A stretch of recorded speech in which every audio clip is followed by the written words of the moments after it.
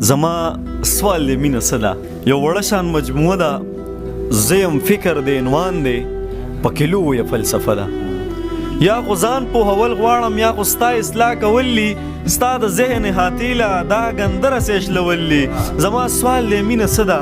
بس جانان دی ورمان دی، که د زلفو لاندې خوب دی، د بڼو په تیره سکو ځان له زړونه غوسولی، که د سرو شونډو لمبو کې ځان په زوره سوځولی، که د سترګو کویکاب کې روکېدلی او که نه د جانان غېږ کې ارمانونه رجېدلی. نه جي دا خو مینه نه ده، دا خو ژوند سره تړلې څه کیسې دي، معاملې دي. که منصور مې سر پدار شي زه به بیا هم رښتیا وایم. مینه سترګو کې نظر دی، مینه ځان لی وسر دی، مینه وګوره یعقوب دی، مینه وګوره یوسف دی. دلته مینې ته لږ پام کا چې د مینې جدا کېږي، د یوې مینې د سترګو بینا سترګې نابینا شي، تش د مینې په لباس هم نابینا سترګې بینا شي. اشفاقه دا بندوره مینه وګوره یوسف دی، مینه وګوره یعقوب دی. دلته مینې ته لږ پام کا چې د مینې جدا کېږي، د یوې مینې د سترګو بینا سترګې نابینا شي، تش د مینې په لباس هم نابینا سترګې بینا شي. مینه ژوند، مینه مذهب دی، مینه عقل نه مکتب دی، مینه لویه فلسفه ده، دا د زړونو حادثه ده. که په دې زه کافر کېږم په خپل کفر به خوشحال یم. زما یار زما ایمان دی، زما یار زما سجده ده، د جانان سترګې چې نه وي نه کعبه نه مدینه ده.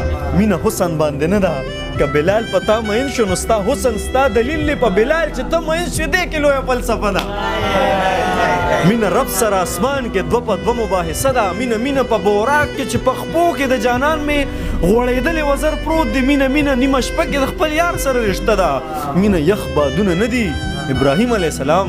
مینه یخ بادونه نه دي، دا د اور یوه لمبه ده چې سرې به سر کې وینې، دا په مینه شین جنت دی.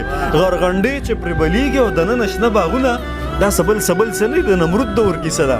مینه څه ده، دا په ځمکه اسمان نه ده. بس چې ځان درته سینګار کړي، د غنمو یو دانه هم پیغمبر په ځان مین کړي.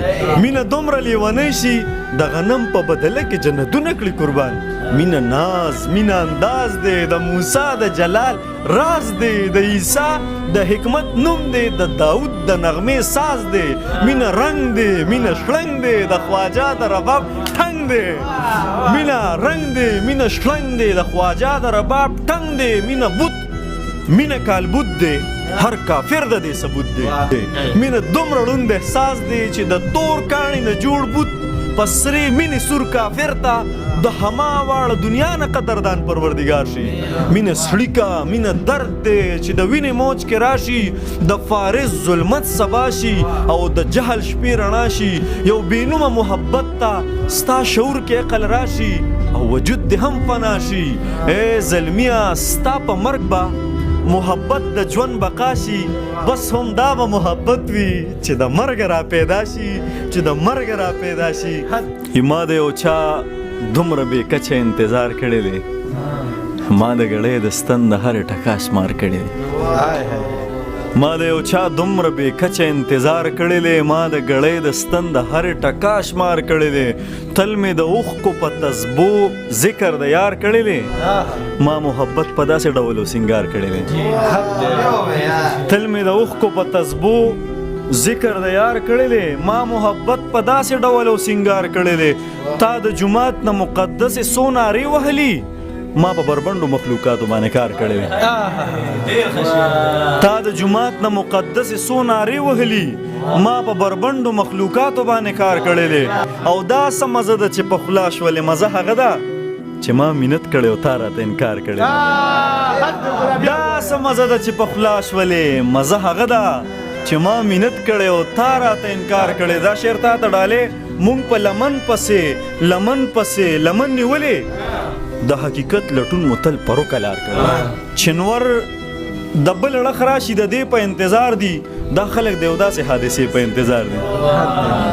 او که تاسو ته لغړې تماشې په انتظار دي نو موږ ته په زرګونو جنازې په انتظار دي.